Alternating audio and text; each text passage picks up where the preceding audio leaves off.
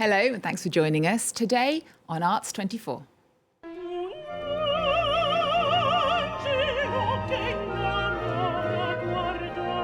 one of the biggest contralto singers in the world. The French-Canadian opera star has performed on stage across the planet. She's in France for two important performances at the Bastille Opera House as Mrs. Quickly in Verdi's Falstaff until the 30th of September. Then she'll be back in January for Wagner's Das Rheingold. Marie-Nicole Lemieux, welcome to the show. Thank you. It's a pleasure to have you. Now, Richard Wagner said that music is the inarticulate speech of the heart, which cannot be compressed into words because it is infinite. Marie-Nicole, what do you see as your role as an opera singer? I think a lot like Wagner.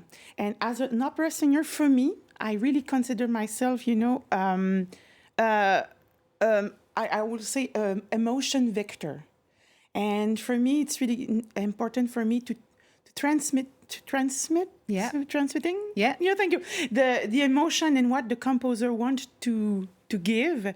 But for me, as a person, I like to share hearts, emotion, and when you feel that your audience forget a little bit their trouble or having a good time, for me that's our job. Yeah, connecting with their emotions and not their minds. For me it's comfort and how you say in English, distraction. Yeah, but in a good way. And you've been performing for more than 25 years. No, 25 years. Don't make me older than I am. You have only been performing for 25 years. You've received many prizes during that time. I wanted to ask you, how did you discover classical music in the beginning? And was that always what you wanted to sing as you were growing up in Canada? No, I discovered classical music at 10-year-old because my father brought a recording of Pavarotti's Holy Night recording, and I fell in love with Berlioz' L'Enfance du Christ. But for me, it was my secret garden. I was in love with classical music, and I was singing pop music, French song, Celine Dion song, and but it was my dream. And at 17-year-old, I decided to try it. To go for because it. I said to myself, I don't want to die, and said, maybe I would be a great singer, So I decided to just try.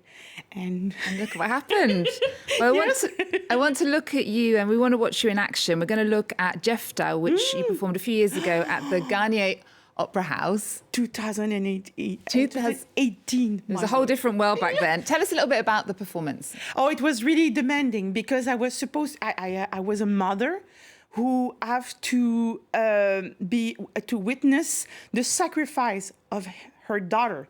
And it was really demanding because Klaus Guth asked me to, for example, when I have a really slow mood singing, to be like this and to go against the music. So it was demanding for the staging, but I think it was really interesting. I love those kind of work, where they asked me to go out of the trail, to discover some new things about my body. But Jefta was really demanding because, of course, as a mother, to see your daughter sacrifice, it was. I was crying every night.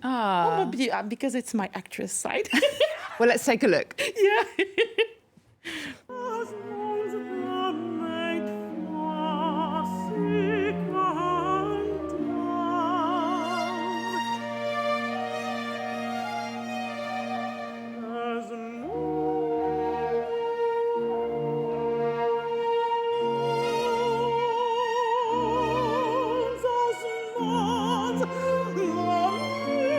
There you go. That was you in Jefta a few years ago. Yeah. Now, you mentioned her actually. Another famous French-Canadian recently performed here in Paris for the opening ceremony of the Olympics. Of course, I'm talking about Celine Dion. It was actually the first time she performed in 4 years because of her health problems. Yeah. She has a powerful voice, as you do. She's a little bit older than you. I was wondering, how much of an influence did she have on you as a French-Canadian?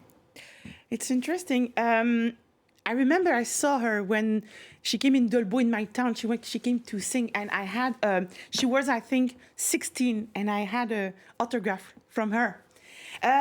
It's really interesting. I always have the feeling that our paths are different, but I always felt connected to her because of her work, the way she always wanted to be better vocally, technically, and I feel connected with her. We never met, but every time I heard interviews with her, I feel that we have a lot in common. Of course, she's doing pop music, and I'm really impressed about that. But you know, her discipline, we are on the same kind of discipline. Okay, and also she's had health problems, long-standing health problems. And I know this summer you actually had, was it whooping cough? Yes. And that affected your singing, didn't it? Yes, I had to cancel some project to report some project.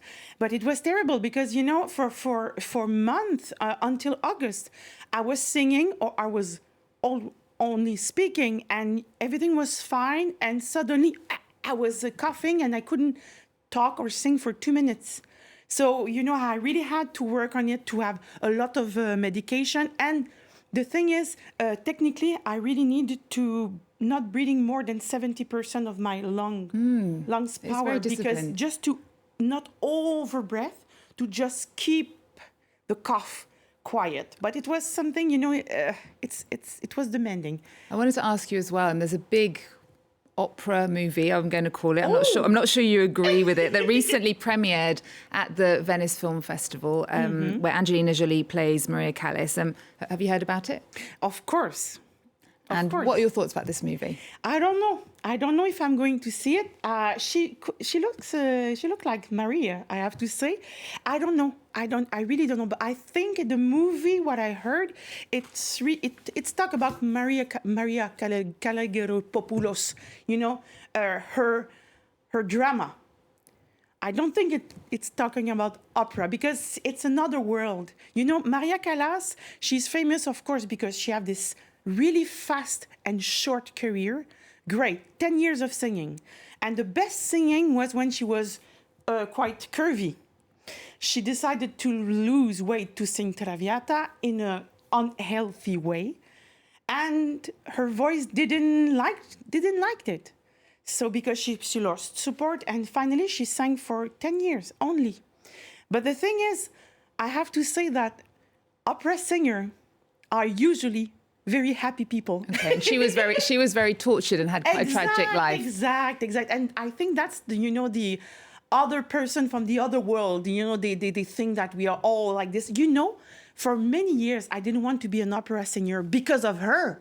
Because I say, to be an opera singer is to be sad like this. She put you off. Exact. Well, so finally I read and I find many great, wonderful singers who are happy. Who are happy. Yes. Well, I wanted to ask you actually a bit about body image because Maria Callas is said to have cried for days after a critic compared her legs on stage to an elephant's legs. Then obviously she lost loads of weight, not in a very healthy way, and it affected her singing. Yeah. I was wondered whether, do you think we're getting better at accepting different body types among female artists? It is really, it's a complicated question. One part of the reason that I was singing opera, I thought, you know, that my body will more be accepted instead of pop music, that the body and the way of your dressing influence your work. But the thing is, yes, of course, you know, for many years there's a lot of roles that I didn't sing because of my body, and it's still. But, you know, I was born like this. I'm healthy. I move well on stage and I'm singing well. But it's always, it's a fight, you know. But I think today it's getting better, you know. There's a lot of movement about, you know, with Me Too and grossophobia. And we talk about, you know, the pluralité, how you say that? Plurality of bodies. Or different body shapes. And I really hope that I think I have a part of this fight, and I hope to help young singers, you know, who don't like their body to just feel to be a positive role model. They can be calm and on stage. Marie-Nicole, we're running out of time, and I really need to talk about your next performance that's coming up in the Bastille Opera House in Paris, Verdi's Falstaff. It's on until the 30th of September. Let's take a look. Lo so, continua. Alice, sta grande agitazione d'amor per voi. per la vostra elencherà, che vi ringrazia e che suo marito esce sempre. So then, tell us a little bit more about this performance. Oh, this is so, it's a great music. First of all, it's a masterpiece of Verdi music. He composed it at the end of his life. And it's a comedy. And it's really a musical theater. So for the people who arrive, usually they don't know Falstaff, of course, because there's no aria. There's no arias. It's a wonderful show, and my colleague and we have fun. It's great. So I really enjoy, the privilege that I have to sing Falstaff here at La Bastille with such great colleague. And it's talk about life, love, vieillesse. How you say vieillesse? Getting older. Getting older and try to accept it, and it can't. Something that those are the things that affect us all. So it sounds, and it's going to bring us a bit of joy. It sounds like we all need that. But it brings joy. It finished with this phrase: if everybody's a joke. We can laugh of everything. We were born as a joke, and we will end as a joke. So it's nice. It's like, don't take us seriously. We just go. We always wrap up our shows with our guest's cultural pick of the moment. Just quickly, what have you chosen for us? The wonderful Surrealism exhibition at Centre Georges Pompidou. And the thing is, it will be the last exhibition before the Centre Georges Pompidou closed, for years. So I'm looking forward to see it because I'm going this weekend, so I can't wait. Okay. All right. Well, we're going to play out with a look at the Surrealism exhibition on at the Pompidou Centre until the 13th of January. Marie-Nicole Lemieux, thank you so much. Thank you to you. It's been a pleasure to have you. You're performing at the Bastille Opera House in Verdi's Falstaff until the 30th of September. Then you'll be back in January for Wagner's Das Rheingold. Thanks for watching, everyone. See you next time.